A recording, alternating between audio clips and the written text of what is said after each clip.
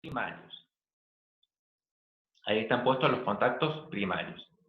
Y en esta parte acá, si se quiere la parte más o menos central, ahí estarían los contactos secundarios. ¿Está bien? Que ahí donde pueden estar conectados los contactos auxiliares.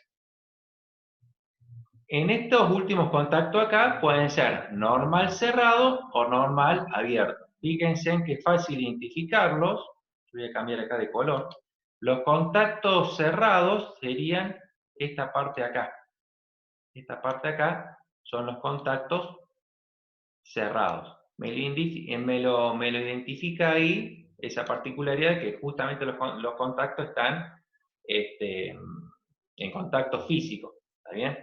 Cuando no hay alimentación de la bobina. Cuando se cierra acá esta llave, cuando queda cerrada esta llave acá, es decir, cuando se alimenta a los extremos de la bobina, se produce el movimiento de esos contactos principales y secundarios dentro del contactor, y los que estaban en contacto normal cerrado pasan a abrirse, y los que estaban abiertos, es decir, esto acá, pasan a cerrarse. Lo mismo pasa con los contactos, obviamente con los contactos principales.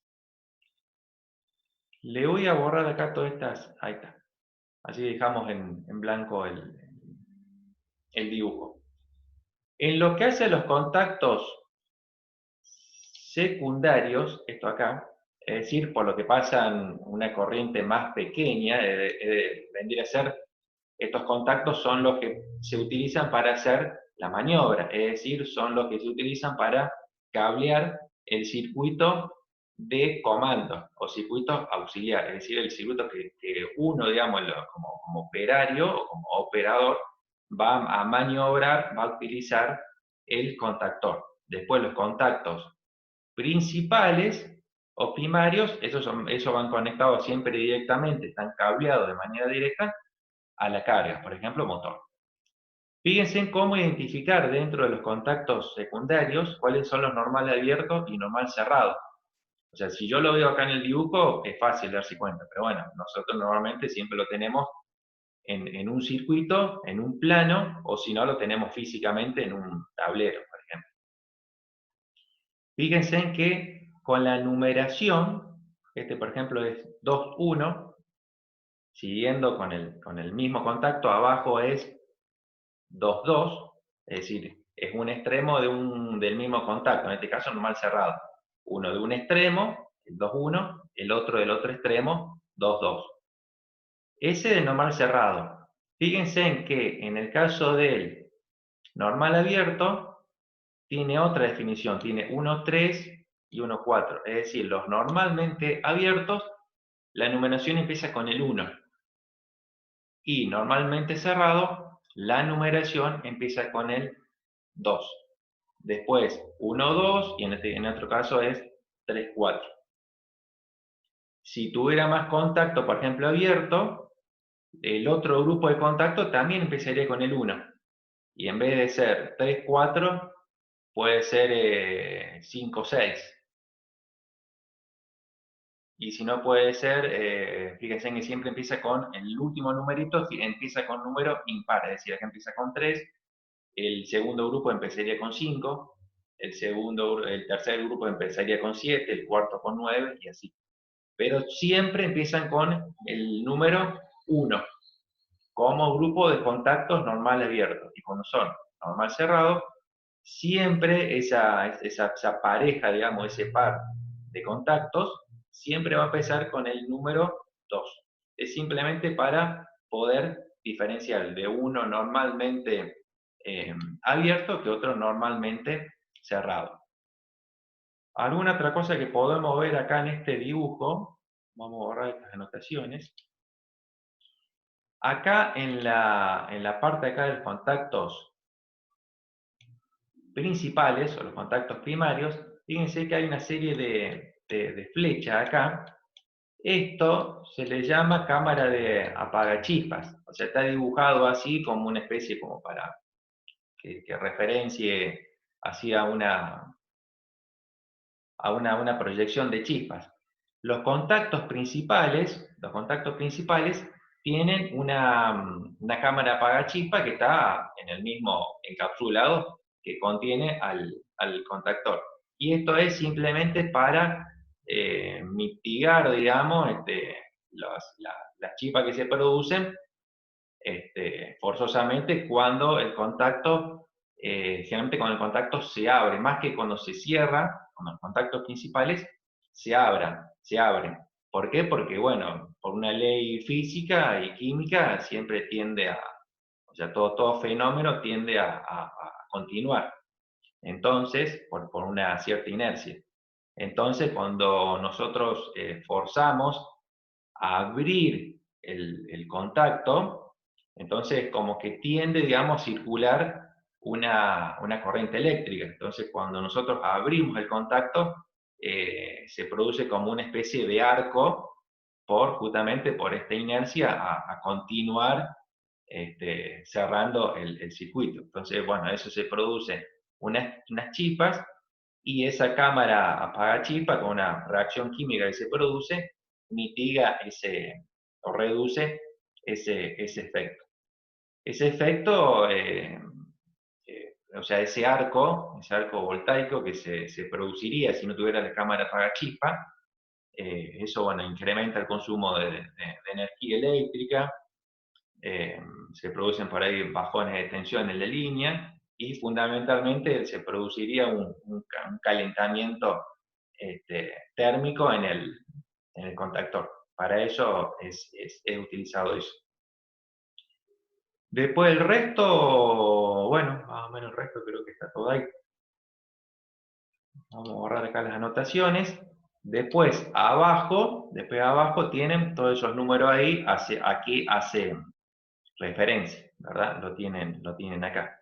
Ahí tienen las piezas fijas, la bobina, bueno, los portacontactos, los contactos que estuvimos analizando, y la parte de los resortes que hacen a la parte de movilidad del contactor. Díganme si venimos bien acá, más o menos, o alguna duda que tengan, díganme.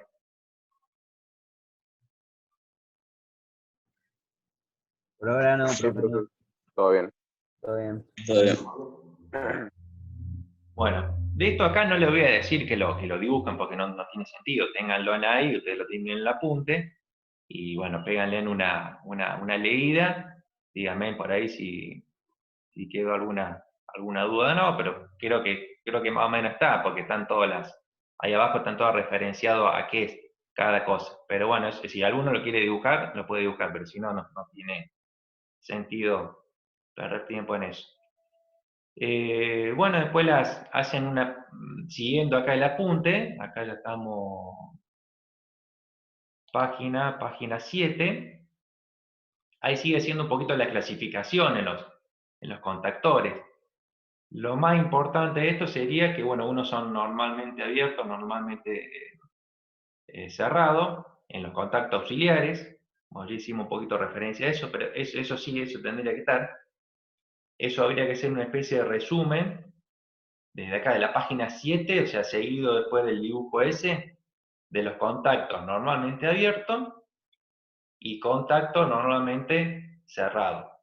Hacer eso como subtítulo de uno, del NA y del NC. Leanlo ahí, hacen un resumen y lo copian. Después, ¿cómo se referencian esos contactos auxiliares? Bueno, como les mencioné recién ahí, analizando el dibujo, dice, si son NA, las entradas empiezan siempre con 1. Y aparece la entrada y aparece la salida. Fíjense en el grupo ese que tiene ahí, que aparece 1, 3, 2, 3, 3, 3, 4, 3. Si son NC, empiezan con 1, 1, después 2, 1, 3, 1, 4, 1. Y después tienen la salida. Entonces, fíjense, por ejemplo, en el NC, o sea, el segundo número termina siempre con 1. La salida termina siempre con 2. Después depende un poquito de eso, si ustedes quieren hacer un circuito, si tienen que hacer un relevamiento, ustedes le pueden poner mejor algún número, o le pueden identificar número de contactor, y a su vez, por cada contactor, si tiene más de un contacto auxiliar lo pueden referenciar también, o sea, lo pueden identificar. Y después, bueno, como siempre todo elemento en un circuito, siempre ustedes le van a poner un número, como para identificarlo a cada uno. Y después, bueno, entonces eso serían los contactos normalmente abiertos y contactos normalmente cerrados, de los contactos auxiliares. Y esa denominación en los números. Y después ya saltaríamos a la clasificación de los contactores, que se hace por su construcción, que pueden ser tipo electromecánicos, o de estado sólido o estáticos. Ahí ya pasamos a la página número 8. Después se clasifican por el tipo de corriente que alimenta la bobina, corriente alterna, o pueden ser de corriente continua, que también algo de eso ya hablamos, y tienen ahí los valores de voltaje más comunes, que pueden ser en corriente continua y en corriente alterna. Por los contactos que tienen, que pueden ser principales o auxiliares. Y la cuarta clasificación sería por el, como dice acá, por el tipo de carga que pueden maniobrar, es decir, la categoría de empleo, que eso depende por ahí la intermitencia o la simultaneidad que tenga la carga. Una cosa es que tener una carga que a lo mejor un motor que a lo mejor lo tenemos encendido 5, 6, 7 horas, y por ahí es diferente si lo tenemos 10 minutos y 5 minutos se detiene, arranca a 10 minutos más, y así. Si tiene mucha intermitencia, hay que utilizar, o sea, vienen contactores para uno o para otro. Vienen contactores que son para una carga que va a estar siendo utilizada por largo tiempo, y otra que, o sea, se genera un arranque y paro. Bueno, ahí tienen una serie de ilustraciones nada más. Y bueno, después estaría la categoría de empleo. Bueno, hasta acá, yo dejaríamos hasta acá, porque yo estoy viendo ahí que ya menos de 2 minutos él se va a cortar.